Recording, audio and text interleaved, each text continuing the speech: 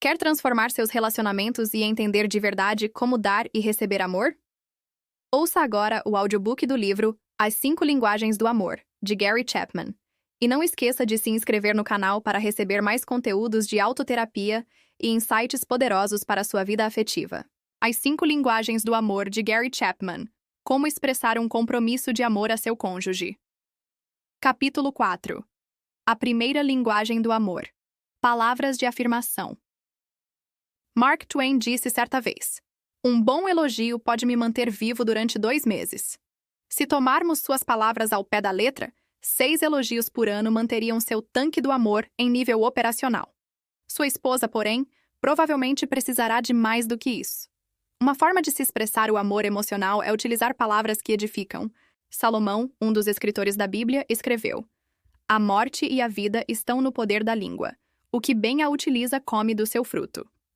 Muitos casais nunca aprenderam o tremendo poder de uma afirmação verbal mútua. Mais tarde, este rei acrescentou: "A ansiedade no coração do homem o abate, mas a boa palavra o alegra." Elogios verbais e palavras de apreciação são poderosos comunicadores do amor. São os melhores comunicados em forma de expressão direta e simples, como: "Você ficou tão elegante com esse terno." "Você está muito bem com esse vestido." "Ninguém faz essas batatas melhor que você." "Querido, muito obrigada por ter lavado a louça para mim esta noite." "Muito obrigada por pagar mais um dia da faxineira esta semana. Quero que saiba que estou realmente grata." "Muito obrigado por ter feito um jantar tão gostoso." O que deverá acontecer ao clima emocional do casamento se o marido e a mulher ouvirem essas palavras de afirmação regularmente? Anos atrás, eu estava em meu escritório com a porta aberta, quando uma senhora apareceu de repente e perguntou: "O senhor tem um minuto?" "Sim, claro", respondi. Ela se sentou e disse: "Dr. Chapman, estou com um problema. Não consigo fazer com que meu marido pinte o nosso quarto. Já faz 9 meses que lhe peço diariamente, mas não tem adiantado. Já tentei tudo o que podia, mas não há jeito." Meu primeiro pensamento foi: "Minha senhora, parece que você bateu na porta errada. Não temos pintores aqui." No entanto, virei-me para ela e disse: "Fale-me sobre isso." E ela começou a contar. "Bem, sábado passado foi um grande exemplo. Lembra-se como o dia estava lindo? Sabe o que meu marido fez o dia inteiro? Lavou e encerou o carro." "E o que a senhora fez?" Fui à garagem e disse: "Bob, não consigo entendê-lo. O dia hoje está perfeito para pintar o quarto e você está aqui lavando e encerando o carro. E seu comentário deu certo? Ele foi pintar o quarto?" "Não, o quarto encontra-se do jeito que estava, sem pintura. Não sei mais o que fazer. Deixe-me fazer-lhe uma pergunta. A senhora é contra carros limpos e encerados?" "Não, mas quero que meu quarto seja pintado." "A senhora tem certeza de que seu marido sabe que a senhora gostaria que ele pintasse o quarto?" "Estou plenamente convicta. Tenho pedido isso a ele durante 9 meses." "Deixe-me fazer-lhe mais uma pergunta. Seu marido faz alguma coisa bem feita?" "Como o quê?" "Coisas como recolher o lixo, limpar os vidros de seu carro, colocar combustível no automóvel, pagar a conta de luz, ajudá-la a vestir um casaco, etc." "Sim, ele faz muito bem algumas dessas coisas." Então, tenho 2 sugestões. Primeira, nunca mais mencione a pintura do quarto. Esqueça e jamais fale com ele sobre isso. Ela olhou para mim e disse: "Não vejo em que isso pode ajudar. O objetivo do amor não é você conseguir algo que deseje, mas fazer alguma coisa pelo bem-estar daquele a quem ama. No entanto, é fato que, quando recebemos elogios, dispomos-nos mais a retribuir a gentileza recebida. Escute, você acabou de dizer que ele já sabe qual é o seu desejo. Gostaria que ele pintasse o quarto. Não é mais preciso dizer-lhe isso, ele já sabe." A segunda sugestão é a seguinte: na próxima vez que seu marido fizer alguma coisa bem feita, expresse isso a ele verbalmente, elogiando-o. Se ele levar o lixo para fora, diga-lhe algo como: "Bob, quero que você saiba que sou muito grata por ter levado o lixo para fora." Não diga jamais: "Se demorasse mais para levar esse lixo para fora, as moscas fariam isso por você." Quando ele pegar as contas para pagar, diga algo como: "Obrigada por pagar nossas contas. Há maridos que não fazem isso e quero que saiba que sou realmente muito grata." Todas as vezes que ele fizer algo de bom, elogio. Não vejo como isso pode fazer com que ele pinte o quarto. A senhora pediu meu conselho. Eu o dei. Faça como achar melhor. Ela não estava muito satisfeita comigo quando foi embora. 3 semanas mais tarde, ela voltou ao meu escritório e disse: Deu certo! Ela aprendeu que as palavras elogiosas são realmente motivadoras. Não sugiro que use de bajulação para conseguir o que deseja de seu cônjuge. O objetivo do amor não é obter o que se quer, mas fazer algo pelo bem-estar daquele a quem se ama.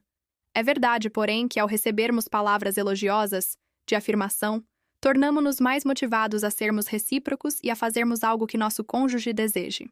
Palavras encorajadoras.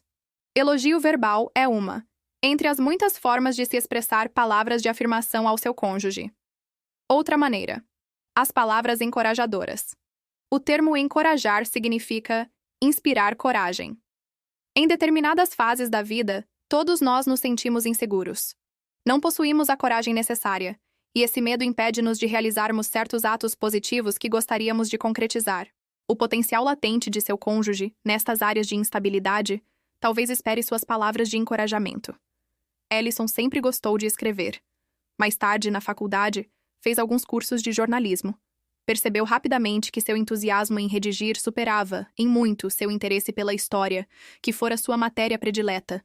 Já era muito tarde para que mudasse de faculdade, mas, após se formar e antes de seu primeiro filho, ela escreveu vários artigos. Apresentou um deles à redação de uma revista. Porém, como não foi aceito, não teve mais coragem de tentar novamente em outro lugar. Agora, com os filhos já mais velhos e com um pouco mais de tempo, ela resolveu voltar a escrever.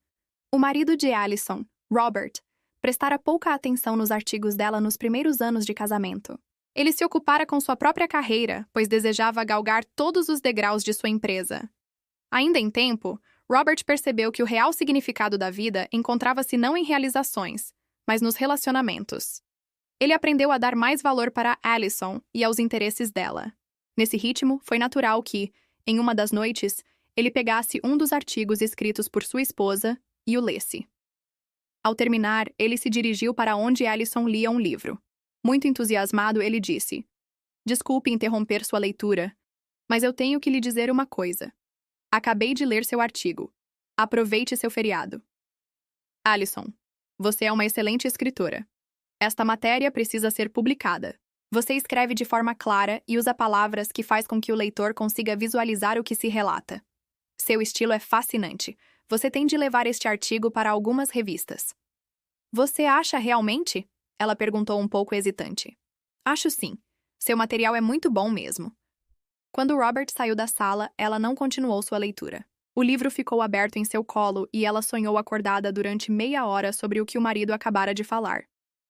Quis saber se outras pessoas veriam seu artigo da mesma forma que seu esposo o observara.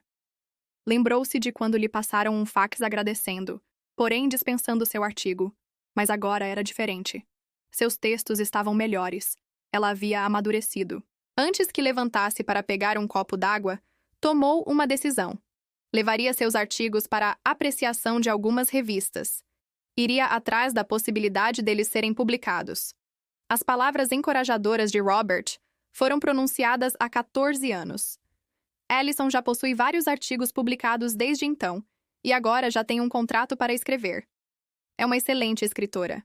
Porém, foram as palavras encorajadoras de seu marido que a inspiraram e impulsionaram a dar o primeiro passo no árduo processo de ter um artigo publicado. Talvez seu cônjuge possua alguma qualidade que tenha grande potencial, mas se encontra adormecida. Aquela capacidade talvez aguarde suas palavras encorajadoras. Quem sabe seja preciso que ele ou ela se matricule em algum curso para desenvolver esse potencial. Talvez seja necessário que ele ou ela se encontre com alguém da área em questão, para pegar algumas dicas do próximo passo a ser dado. Suas palavras podem dar a seu cônjuge a coragem necessária para ele ir atrás de seu sonho. Por favor, perceba que não falo para pressionar seu cônjuge a fazer alguma coisa que você queira que ele realize. Oriento sobre como encorajá-lo a desenvolver alguma aptidão que ele já possua. Por exemplo, alguns maridos pressionam suas esposas a fazer regime.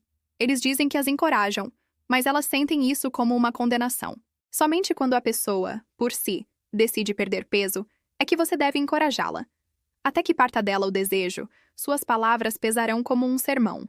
É muito raro esse tipo de discurso encorajador, pois soa mais como julgamento, destinado a estimular a culpa.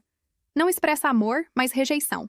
Encorajamento requer empatia, que nos leva a enxergar o mundo segundo a perspectiva de nosso cônjuge.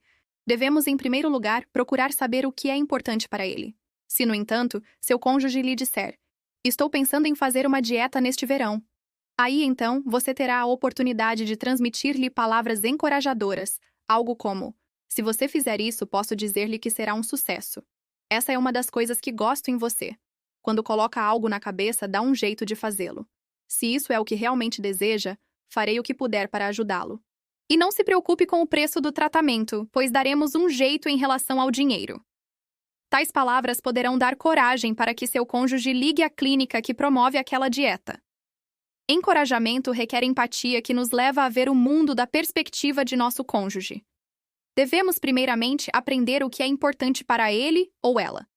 Aí, então, seremos capazes de encorajá-lo. O encorajamento verbal comunica: "Eu sei. Eu me preocupo. Estou do seu lado. Como posso ajudá-lo?" É uma forma de dizer que acreditamos nele e em suas habilidades. É dar crédito e louvor. A maioria de nós possui mais potencial do que poderíamos imaginar que tivéssemos. O que nos segura é, na maioria das vezes, a falta de coragem. Um cônjuge amoroso pode ser um importante catalisador. É natural que seja difícil elaborar e dizer palavras encorajadoras. Talvez não seja sua primeira linguagem. Pode ser que, para você, seja necessário grande esforço para aprender a falar essa segunda língua. Isso será especialmente difícil se você tem um padrão de palavras críticas e condenatórias. Porém, posso assegurar-lhe que seu esforço será recompensado. Palavras bondosas. O amor é esplendoroso.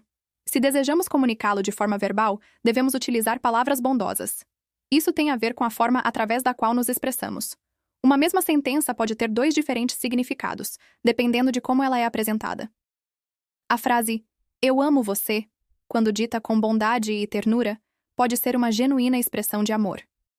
O que dizer da mesma frase dita da seguinte forma: "Eu amo você"? O ponto de interrogação muda todo o significado. Algumas vezes nossas palavras dizem uma coisa, mas o tom de voz afirma outra completamente diferente.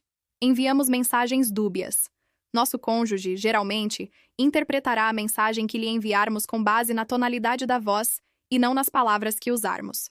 A frase "eu faço questão de lavar a louça hoje à noite", dita em tom de voz cavernosa, não será recebida como uma expressão de amor. Por outro lado, podemos compartilhar mágoa, dor e mesmo raiva de maneira meiga, e aquela mensagem ser uma manifestação de amor. Por exemplo: "Fiquei desapontada e magoada por você não haver se oferecido para me ajudar esta noite." Dita de forma honesta, gentil, pode ser uma expressão de amor. A pessoa que fala quer ser conhecida por seu cônjuge. Ao compartilhar seus sentimentos, dará um passo para aumentar a intimidade entre ambos. Solicitará uma oportunidade para conversar sobre uma dor, a fim de curá-la. A mesma palavra dita em voz alta, irritada, não será uma expressão de amor, mas sim de condenação e julgamento. A maneira como falamos é extremamente importante. O rei Salomão disse com toda sabedoria: "A resposta branda desvia o furor." Quando seu cônjuge estiver bravo, deprimido e disser palavras agressivas, se você optar em permanecer gentil, não somente deixará de responder agressivamente, mas usará palavras brandas. Receba o que ele diz como uma comunicação de seu estado emocional. Permita que ele externe sua ira, raiva e sua percepção da situação. O amor jamais registra uma lista de erros. Ele não traz à tona fracassos passados. Nenhum de nós é perfeito. No casamento, nem sempre fazemos o melhor ou o mais certo. Fazemos e dizemos coisas duras a nossos cônjuges. Também jamais apaguemos o passado. Devemos confessar e concordar que agimos mal. Peçamos perdão e tentemos agir diferentemente no futuro. Após confessar a falta e solicitar o perdão, não poderei fazer mais nada para aliviar a dor causada a meu cônjuge.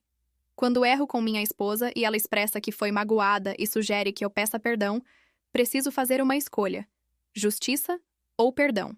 Se eu escolher a justiça e tentar compensá-la, ou então fazê-la pagar por seu ato errado, farei de mim mesmo um juiz e ela uma ré. A intimidade torna-se impossível de ser restaurada. O perdão é o caminho do amor. Fico admirado como há pessoas que misturam o dia de hoje com o de ontem. Insistem em trazer para o presente os fracassos do passado e, ao fazerem isso, estragam um dia potencialmente maravilhoso. Não posso acreditar que você tenha feito isso. Não sei se algum dia poderei esquecer isso. Você não tem a menor ideia de como me magoou. O perdão não é um sentimento, mas um compromisso. É a opção de se mostrar misericórdia, e não de se jogar a ofensa no rosto do ofensor. Perdão é uma expressão de amor. Amo você. Preocupo-me com você e decido perdoá-lo. Mesmo que eu continue ainda por um tempo a sentir-me machucado, não permitirei que o ocorrido interponha-se entre nós. Espero que aprendamos com essa experiência. Você não é um fracassado porque teve um fracasso. Você é meu marido, esposa. E juntos continuaremos nossa caminhada. Estas são palavras de afirmação, ditas no dialeto de palavras gentis. Palavras humildes. O amor faz solicitações, não imposições. Quando dou ordens a meu cônjuge, torno-me pai ou mãe, e ele ou ela filho. O pai diz ao filho de 3 anos o que ele deve fazer, ou melhor, o que ele precisa realizar. Isso é necessário porque uma criança nesta idade ainda não sabe como navegar nas traiçoeiras águas da vida. No casamento, no entanto, somos iguais, parceiros adultos. Não somos perfeitos, mas adultos e parceiros. Se vamos desenvolver um relacionamento íntimo, precisamos conhecer os desejos um do outro. Se queremos amar um ao outro, precisamos saber o que ele, ela, pretende. No entanto, a forma como expressamos esses desejos é muito importante. Se os colocamos como ordens, eliminamos as possibilidades da intimidade e afugentamos nosso cônjuge. Se, no entanto, expressarmos nossas necessidades e desejos como pedidos, apontaremos um caminho, mas não empurraremos ninguém para ele. O marido que diz: "Querida, sabe aquela torta de maçã deliciosa que você faz? Será que poderia preparar uma esta semana? Eu amo aquela sobremesa." Concederá uma dica de como ela pode expressar-lhe amor e, dessa forma, ambos crescerão em intimidade. Por outro lado, o esposo que diz: "Desde que nosso filho nasceu, você nunca mais fez aquela torta de maçã. Pelo jeito, vou ficar sem comê-la por mais uns 18 anos." Deixou de ser adulto e tornou a comportar-se como um adolescente. Tais reclamações não constroem a intimidade. A esposa que diz: "Será que você poderia limpar a calha este final de semana?" Expressa amor ao fazer uma pergunta, um pedido. Porém, a que diz: "Se você não der um jeito de limpar logo essa calha, ela vai acabar despencando do telhado. Já existem brotos de árvore nela e espalham-se por todos os lados." Não demonstra amor, mas sim torna-se uma mulher dominadora. Quando alguém faz um pedido a seu cônjuge, afirma as habilidades dele. Faz entender que ele ou ela possui, ou pode fazer algo, que é significativo ou valioso para o outro. No entanto, quando dá ordens, torna-se um tirano. Seu cônjuge não se sentirá afirmado, mas diminuído. O pedido implica no elemento escolha. Seu parceiro pode atender ou não o seu pedido, porque o amor é sempre uma decisão. É isso que o torna significativo. Saber que meu cônjuge ama-me a ponto de atender meu pedido comunica emocionalmente que ela se importa comigo, respeita-me, admira e deseja fazer algo que me agrade. Não há como desenvolver o amor emocional através de intimações. Meu cônjuge talvez obedeça às minhas ordens, mas isso não será uma expressão de seu amor. Será uma forma de medo, culpa ou de alguma outra emoção, mas jamais de amor. Então, um pedido cria uma oportunidade de se expressar amor, ao passo que uma ordem sufoca essa possibilidade. Dialetos variados. Palavras de afirmação são uma das 5 linguagens básicas do amor. Dentro desse idioma, no entanto, há vários dialetos. Já falamos sobre alguns, mas ainda há muitos outros. Diversos livros e artigos já foram escritos sobre esse tema. Todos eles têm em comum o uso de palavras que afirmam o cônjuge. O psicólogo William James diz que, possivelmente, a mais profunda necessidade humana é a de ser apreciado. Palavras de afirmação poderão suprir essa necessidade em muitas pessoas. Se você não é um homem ou mulher que gosta de expressar palavras amorosas, se essa não é sua primeira linguagem, mas acha que é a de seu cônjuge, sugiro que adquira uma caderneta e chame-a de Palavras de Afirmação. Quando você ler um artigo ou um livro romântico, escreva ali algumas palavras de afirmação que tenha gostado. Quando assistir a alguma palestra sobre amor, ou ouvir algum amigo dizer alguma coisa positiva sobre outra pessoa, anote. Com o tempo, você terá colecionado uma lista de palavras para serem usadas ao transmitir amor a seu cônjuge. Outra coisa que se deve fazer é pronunciar palavras de afirmação de forma indireta, ou seja, dizer algo positivo sobre seu cônjuge, mesmo na ausência dele. Eventualmente alguém transmitirá a ele ou ela o que você disse, e assim ganhará os bônus do amor. Diga à sua sogra que a filha dela é sensacional. Possivelmente, quando ela contar isso à sua esposa, com certeza aumentará alguma coisa e você acabará ganhando mais crédito. Também elogie seu cônjuge na frente dos outros quando ele ou ela estiver presente. E quando você for o alvo do elogio, certifique-se de repartir o crédito com seu cônjuge. Há muitas outras formas de se dizer palavras de afirmação, entre elas, escrevê-las. Frases escritas têm a vantagem de serem lidas várias vezes. Aprendi uma lição muito importante sobre palavras de afirmação e linguagens do amor em Little Rock, Arkansas. Minha visita a Bill e Betty Joe ocorreu em um belo dia da primavera. Eles moravam em um condomínio fechado, em uma casa com uma gradinha na frente, um gramado bem verde no jardim e canteiros de viçosas flores. Era uma visão idílica. Ao entrar, porém, percebi que o clima interior era bem diferente. O casamento deles desmoronara. Após 20 anos de matrimônio e possuidores de 2 lindas crianças, perguntavam-se, primeiramente, por que haviam se casado. Discordavam de tudo. A única coisa com que concordavam é que ambos amavam os filhos. Ao desenrolar sua história, percebi que Bill era muito dedicado ao seu trabalho e muito pouco tempo oferecia a Betty Joe, sua esposa, a qual trabalhava meio período, possivelmente para não permanecer dentro de casa. A forma de convivência entre os dois era a de evitarem estar juntos. Tentavam ficar longe um do outro para que seus conflitos não assumissem proporções maiores. O ponteiro do mostrador do tanque de amor de cada um deles apontava para o termo vazio. Disseram que já tinham procurado aconselhamento. Porém, em nada adiantara. Eles assistiriam ao meu seminário sobre casamento e eu partiria no dia seguinte. Aquele, portanto, seria meu único encontro com Bill e Betty. Resolvi, então, colocar todos os ovos em uma cesta só. Gastei 1 hora em particular com cada um. Ouvi atentamente as versões de suas histórias. Percebi que, apesar do vazio existente no relacionamento deles e do desacordo reinante naquela convivência, havia certas coisas que apreciavam um no outro. Bob disse-me: "Ela é uma boa mãe, uma excelente dona de casa e uma eximia cozinheira, quando resolve cozinhar. Porém, não demonstra a menor afeição por mim. Trabalho feito um louco e simplesmente não há por parte dela o menor reconhecimento." Em minha conversa com Betty, ela concordou que Bill era um excelente provedor. Ela, no entanto, reclamou: "Ele não move uma palha para me ajudar em casa e nunca tem tempo para mim. O que adianta ter esta casa, o carro novo e todas as outras coisas se não podemos curti-los juntos?" Obtive mais informações e então decidi focalizar meu aconselhamento em dar a mesma sugestão para cada um. Disse a Bob e a Betty Joe, separadamente, que eles possuíam a chave para mudar o clima emocional do casamento. Eu lhes afirmei: essa chave é expressar a apreciação pelas coisas que gosta nela, e, no momento, suspender as reclamações sobre o que não se agrada. Repassei com eles os comentários positivos que fizeram um do outro e ajudei-os a fazer uma lista desses traços positivos. A relação de Bill focalizava as atividades de Betty Joe como boa mãe, excelente dona de casa e exímia cozinheira. A lista de Betty Joe registrava a dedicação de Bill ao trabalho e sua provisão financeira à família. As relações foram feitas da forma mais detalhada possível. A lista de Betty Joe ficou assim: ele não faltou um dia de trabalho em 20 anos. É um trabalhador dinâmico. Ele recebeu várias promoções nesses anos todos e sempre deseja aumentar sua produtividade. Ele paga as prestações da casa mensalmente. Ele paga as contas de água, gás e luz em dia. Ele nos comprou um carro novo há 3 anos. Ele corta a grama ou arruma alguém para fazê-lo semanalmente, durante a primavera e o verão. Ele varre as folhas ou contrata alguém para fazê-lo durante o outono. Ele providencia bastante dinheiro para a alimentação e roupas da família. Ele leva o lixo para fora nos dias de sua coleta. Ele me dá dinheiro para comprar presentes de Natal para toda a família. Ele concorda que eu gaste o dinheiro que recebo em meu emprego, da forma que eu desejar.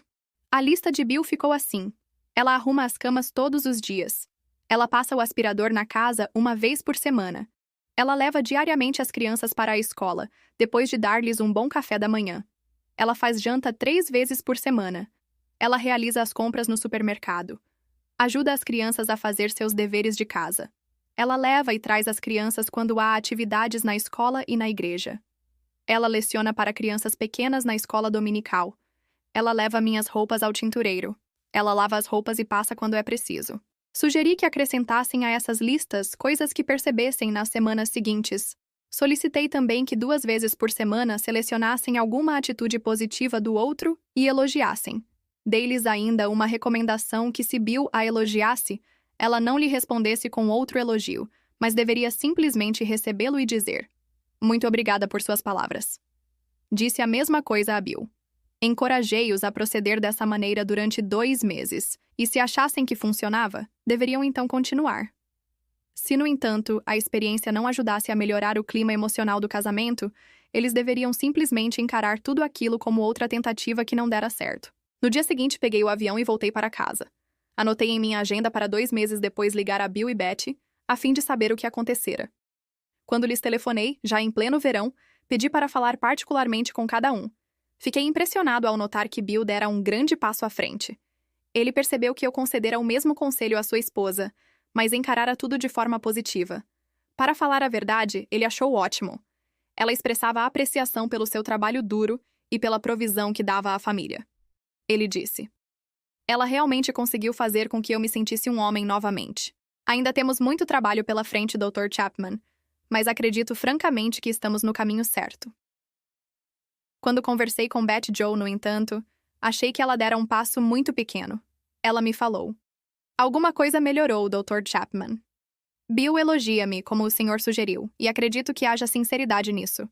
Mas ele ainda não gasta nenhum minuto comigo. Trabalha o tempo todo e não tem uma hora para mim." Enquanto eu ouvia Betty Jo, as luzes acenderam.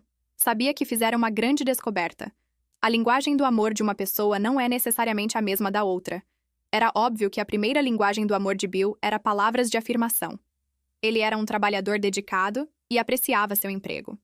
O que ele mais queria de sua esposa era que ela expressasse admiração por isso. Aquele padrão foi provavelmente estabelecido em sua infância, e a necessidade de receber elogios ainda era premente em sua vida adulta. Betty Jo, por sua vez, possuía uma carência emocional em outra área. Era-lhe agradável receber elogios, mas ansiava por algo mais, exatamente a segunda linguagem do amor. Fim do capítulo. Quer transformar seus relacionamentos e entender de verdade como dar e receber amor? Continue ouvindo o audiobook do livro As 5 Linguagens do Amor, de Gary Chapman. E não esqueça de se inscrever no canal para receber mais conteúdos de autoterapia e insights poderosos para a sua vida afetiva.